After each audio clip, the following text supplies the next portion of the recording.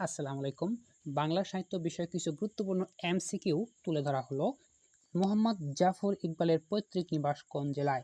মোহাম্মদ জাফর ইকবালের পৈতৃক নিবাস হচ্ছে নেত্রকোনা জেলায়। জনপ্রিয় ঔপন্যাসিক জাফর ইকবালের প্রথম প্রকাশিত সায়েন্স ফিকশন হচ্ছে অপট্রনিক সুখ ও দুঃখ। মহাজাগতিক কিউরেটর গল্পটি মোহাম্মদ জাফর ইকবালের কোন গ্রন্থের অন্তর্গত? উত্তর হচ্ছে খ, জলজ গ্রন্থের অন্তর্গত। এই ভাইরাস কিংবা ব্যাকটেরিয়া বেশি ছোট, এর গঠন এত সহজ, এর মাঝে কোনো বৈচিত্র্য নেই। উক্তিটি কোন লেখার অন্তর্গত? উত্তর হচ্ছে খ, মহাজাগতিক কিউরেটর।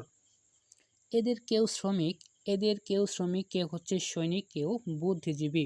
বাক্যটি যে রচনা থেকে উদ্ভূত তা হচ্ছে মহাজাগতিক কিউরেটর। মহাজাগতিক কিউরেটর গল্পে কোন দুঃখিত মহাজাগতিক কিউরেটর গল্পে মানুষের বয়স কত বছর বলে উল্লেখ করা হয়েছে? উত্তর হবে ক, 2 মিলিয়ন বলে উল্লেখ করা হয়েছে। মহাজাগতিক কিউরেটর গল্পে কোন প্রাণীকে শ্রেষ্ঠ প্রজাতি হিসাবে চিহ্নিত করা হয়েছে? উত্তর হবে ঘ, পিঁপড়াকে শ্রেষ্ঠ প্রাণী হিসাবে চিহ্নিত করা হয়েছে। আমার বন্ধু রাশেদ বইটির লেখক কে? আমার বন্ধু রাশেদ বইটির লেখক হচ্ছেন, সঠিক উত্তর হচ্ছে সঠিক উত্তর সম্ভবত এখানে সঠিক উত্তর দেখতে পাচ্ছি না।